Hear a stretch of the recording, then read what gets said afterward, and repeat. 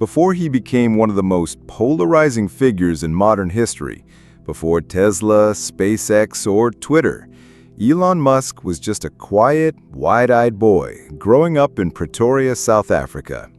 But even then, there was something different about him. He wasn't like the other kids. While they were out kicking soccer balls or causing harmless chaos, Elon was buried in books, asking questions most adults couldn't answer. He read science fiction like it was scripture, not just for the fun of it, but because, to him, these weren't just stories, they were blueprints for what the world could be. He was trying to understand reality by escaping it, and in many ways, he still is. His childhood wasn't gentle. He was bullied relentlessly, once so badly beaten that he had to be hospitalized for over a week. The violence left scars on his face, but it was the emotional blows that cut deeper. At home, he dealt with a complicated and often cold father, a man Elon would later call a terrible human being. His father was brilliant, yes, but emotionally manipulative, a chess master in a game Elon wanted no part of. This upbringing created two core things in him. First, an almost supernatural emotional resilience, and second, a relentless drive to escape, not just from people, but from Earth itself. At school, Elon's mind would wander, not out of disinterest, but because he was bored. The systems around him, school, family, even social norms, felt like they were running on outdated software. And Elon? He was already thinking in terms of upgrades. He built his first video game at 12. It wasn't flashy, but the code was entirely his. He sold it to a magazine for $500. That transaction, exchanging imagination for money, was a signal. He realized he could invent the future and profit from it. It wasn't about greed, it was about control, about proof that he wasn't powerless. As a teenager, he made a bold decision. He had to leave South Africa. Not just because of apartheid, but because he believed America was the only place where someone could truly build the future. He referred to it as the land of possibility. So he plotted his escape, and Canada became the first stop, a stepping stone to the United States. He attended Queen's University in Ontario, where he began to sharpen not just his intellect, but his social instincts. That's where he met Justine, his future wife, and began developing the soft skills that didn't come naturally to him. He was still awkward, still intense, but people were starting to notice the fire behind his eyes. Eventually, he transferred to the University of Pennsylvania, double majoring in economics and physics. This wasn't by accident. He believed understanding economics was the key to mastering the world's systems, and physics was the language of reality itself. These weren't just degrees, they were weapons. While most students were content with securing internships or figuring out their next party, Elon was obsessing over three arenas: the internet, clean energy, and space. He believed those were the domains that would define the next century. He wasn't wrong. During these years, he also shared a house with fellow students and turned the place into an impromptu nightclub, not because he loved partying, but because it funded his rent. Elon understood leverage. He always has. If there was a way to turn a liability into an asset, he'd find it. And behind the parties, the coursework, and the experiments, there was a mounting sense of urgency. Elon didn't just want to do something big. He believed he had to.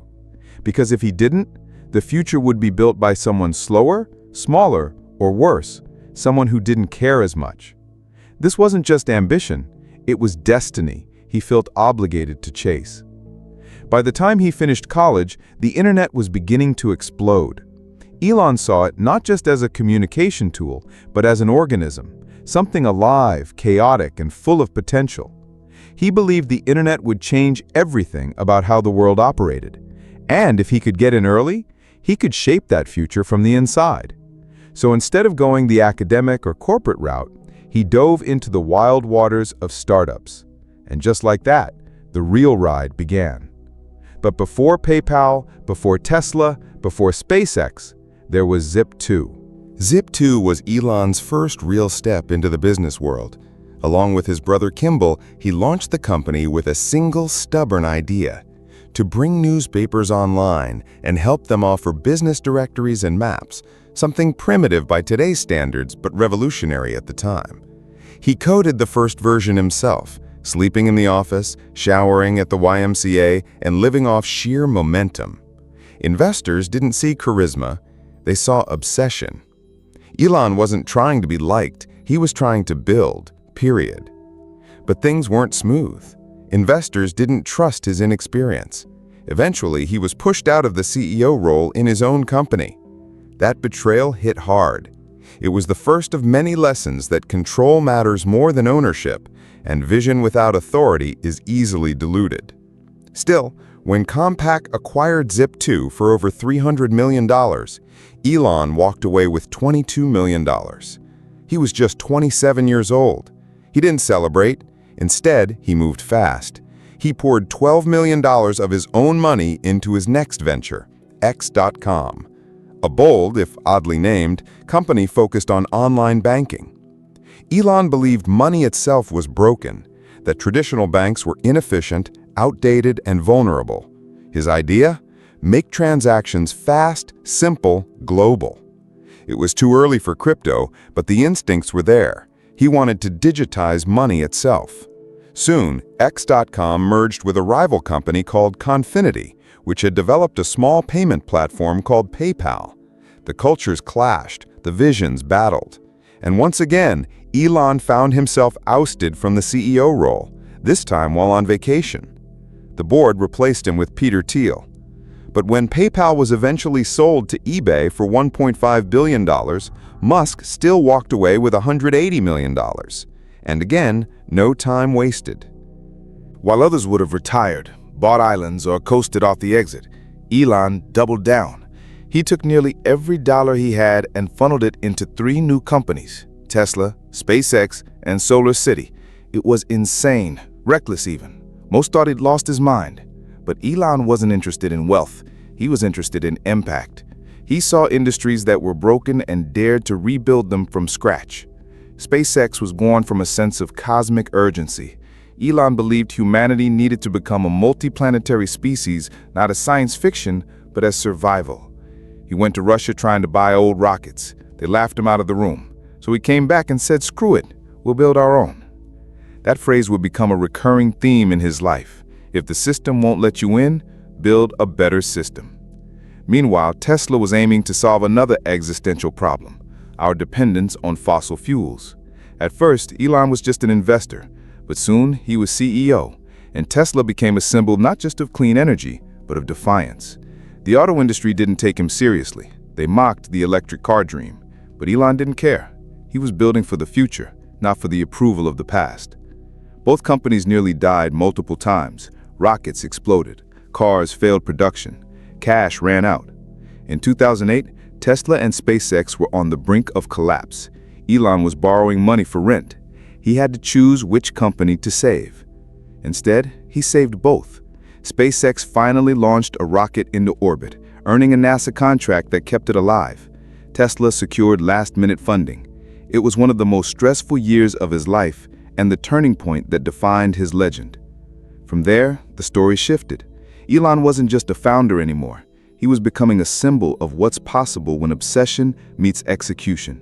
He didn't just want to win. He wanted to redefine entire sectors of human life: transportation, energy, space, AI, even consciousness itself. And as Tesla grew, so did the scrutiny. Critics attacked his leadership style, his impulsiveness, his tweets. But Musk embraced chaos. He seemed to need it like a rocket needs fire. At this point, the world saw him as a mix of genius and villain. Some called him a narcissist, others called him a prophet. The truth? He was both and neither. What mattered most to Elon wasn't approval, it was momentum. He believed if he could push the world even a few years ahead of schedule, the chaos would be worth it. And that mindset led him to do something unthinkable: merge the tech world with public discourse through the acquisition of Twitter. The Twitter acquisition was unlike anything Musk had done before. Not because it was expensive, though $44 billion is no small sum, but because it was deeply public. Unlike rockets or cars or solar panels, Twitter wasn't a product. It was a culture, a stage, a battlefield. Elon saw it as the digital town square, broken, biased, and desperately in need of repair. He didn't just want to own it. He wanted to remake it in his own image. Open, chaotic, unfiltered. Critics argued he was reckless, that he didn't understand the social responsibility of the platform. But to Elon, it wasn't about politics or optics. It was about freedom, the messy, unpredictable kind. He reinstated banned accounts, fired executives, and replaced the platform's symbolic blue bird with a sharp-edged X, not just as a rebrand, but as a signal. A new era had begun. Twitter, now X, was to become part of something much larger. A super app, a hub for everything, banking, communication, content, even commerce. A place where Musk's vision of frictionless, decentralized systems could live and evolve. But while the world debated tweets and firings, Elon had his eyes on something far more complex: the human brain. Neuralink wasn't a vanity project. It was an extension of his deepest belief that humanity must merge with technology to survive. AI, he said, could surpass us. The only way to stay relevant was to interface with it. So Neuralink set out to build brain-machine interfaces, chips that could one day cure paralysis, restore vision, and eventually enhance cognition. It sounded like science fiction, and maybe it still is. But for Musk, impossibility is just a speed bump. Then came Optimus, a humanoid robot designed to handle repetitive tasks and physical labor. While others mocked it as a sideshow, Elon saw it as a necessary bridge between AI and the physical world. His goal? A robot that could live and work alongside humans, not as a threat, but as a partner. And yes, he knew the risks. He's warned often about AI's dangers. But he also believes the only safe path forward is to lead the charge, to shape the future before it shapes us. As all this unfolded, Tesla continued its dominance. The Cybertruck was unveiled, with its infamous shattering glass incident, a moment that went viral not as a failure, but as a signal of Elon's unpredictability. And while critics laughed, Tesla's stock soared. The company became the world's most valuable automaker, not because of profit margins, but because of belief. Belief that Elon could build what others only imagined. But the higher he flew, the more scrutiny followed.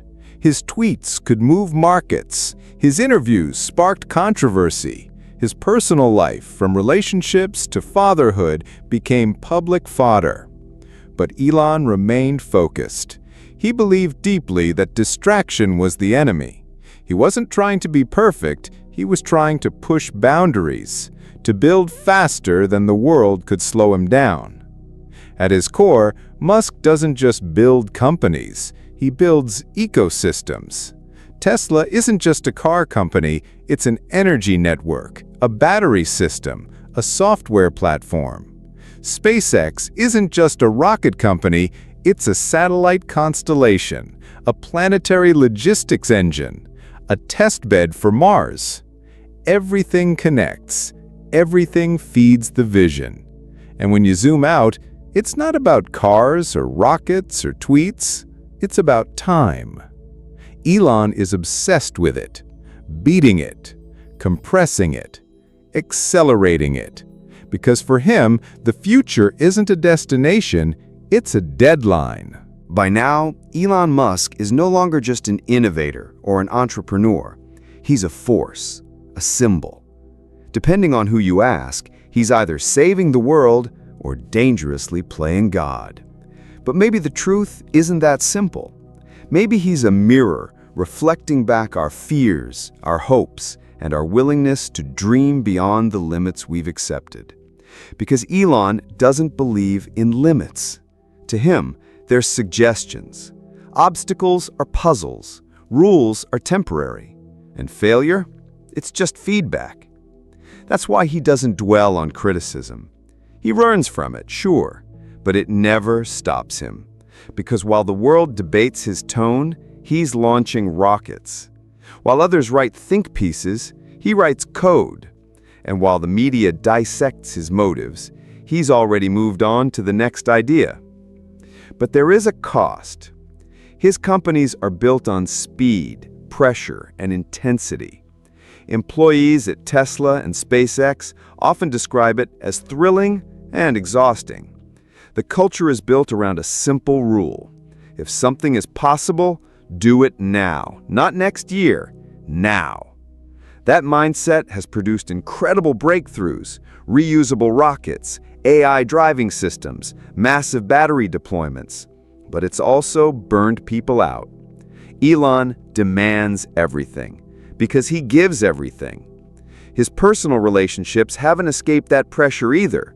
Multiple marriages, public breakups, children born across different chapters of his life. Musk himself admits he's not good at balance. He sleeps little, eats quickly, thinks constantly. He said that his mind is a never-ending explosion of ideas, some useful, some insane, all demanding attention. And yet, for all his power, Elon still carries a sense of loneliness. Maybe it's the childhood wounds, maybe it's the burden of vision, or maybe it's just the price of moving faster than everyone else. He often speaks about humanity as a species, not as individuals. To him, we're a fragile civilization standing on the edge of either collapse or greatness, and he refuses to let that collapse happen on his watch. That's why Mars matters to him. Not as an ego trip, but as a backup plan. He believes that if we can survive there, we can survive anything. It's not escapism, it's insurance. And beyond that, it's inspiration. Because nothing fires the imagination like space, and nothing unites people like an impossible dream made real. Still, not everyone buys into that dream. Many see his actions as reckless, his power as dangerous. They argue that no single person should have this much influence over transportation, space, energy, media, and AI. And they're not wrong to be concerned. Power needs accountability. Vision needs ethics. Speed needs reflection. But here's the thing. Elon knows this, and he still moves forward. Because to him, standing still is the real danger. So where does this leave us? We're watching a man bend the timeline of history in real time. He doesn't fit into boxes. He doesn't follow scripts. He's not polished. But he's real, raw, flawed, and relentless. He's building the future while the rest of us are still figuring out the present. And whether you love him or hate him, you cannot ignore him. He forces a question we all have to answer. Are we willing to dream big enough to match the problems we face? Because Elon Musk already is. He's not waiting for permission. He never has. And maybe that's the whole point. By this point, Elon Musk's story isn't just about startups or science. It's about power. Not political power, not inherited power, but the rarest kind, the ability to reshape reality. He's reached a place where a single decision, tweet, or prototype can shift global markets, redirect billions in capital, or even alter the course of policy. And that kind of power invites both awe and fear. When Musk announced the gigafactories, it wasn't just a production move. It was a reshaping of global supply chains. Lithium, cobalt, silicon, resources buried in forgotten corners of the earth suddenly became front-page news. Entire countries began negotiating differently because Tesla needed batteries. Cities competed like startups, offering tax breaks just for the chance to host his next facility.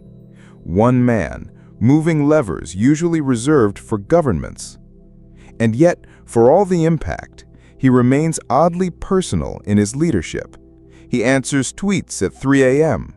He shows up on factory floors in a hoodie, sleeping in conference rooms when deadlines loom. He doesn't delegate ambition, he lives inside it. That's what draws people to him, and what exhausts them too. Then there's the contradiction. The man warning about AI creating existential threats is also building AI. The man pushing for clean energy is launching satellites by the thousand, crowding the night sky. The man advocating for free speech is simultaneously curating content. Critics call it hypocrisy. Musk calls it nuance. In his mind, the only way to influence the future is to participate in every layer of it, even the messy ones. This creates friction with regulators, with activists, with allies. Because Musk doesn't seek alignment, he seeks acceleration. And sometimes acceleration breaks things. Institutions, markets, relationships. But he accepts that. He even expects it, because he doesn't believe change happens politely. And then there's the persona, a blend of engineer, showman, and trickster. He'll meme Dogecoin into relevance, then launch a rocket. He'll mock Wall Street analysts, then deliver record-breaking quarters. He's part Tony Stark, part chaos theory, and it's hard to know where the strategy ends and the spontaneity begins. Sometimes it seems even he doesn't know. But through it all, the tweets, the press, the chaos, there's a through line, a gravitational pull beneath the noise. Musk is driven by a question most people are too busy to ask. What if we could start over? What if transportation, energy, money, media, all of it could be reimagined from the ground up? Not patched, not optimized, rebuilt. To most, that sounds impossible. But Elon Musk has built his life on the impossible. And he's not done yet. Because beyond AI and Mars and robots, there's something even bigger he's aiming at. Longevity, civilization, consciousness itself.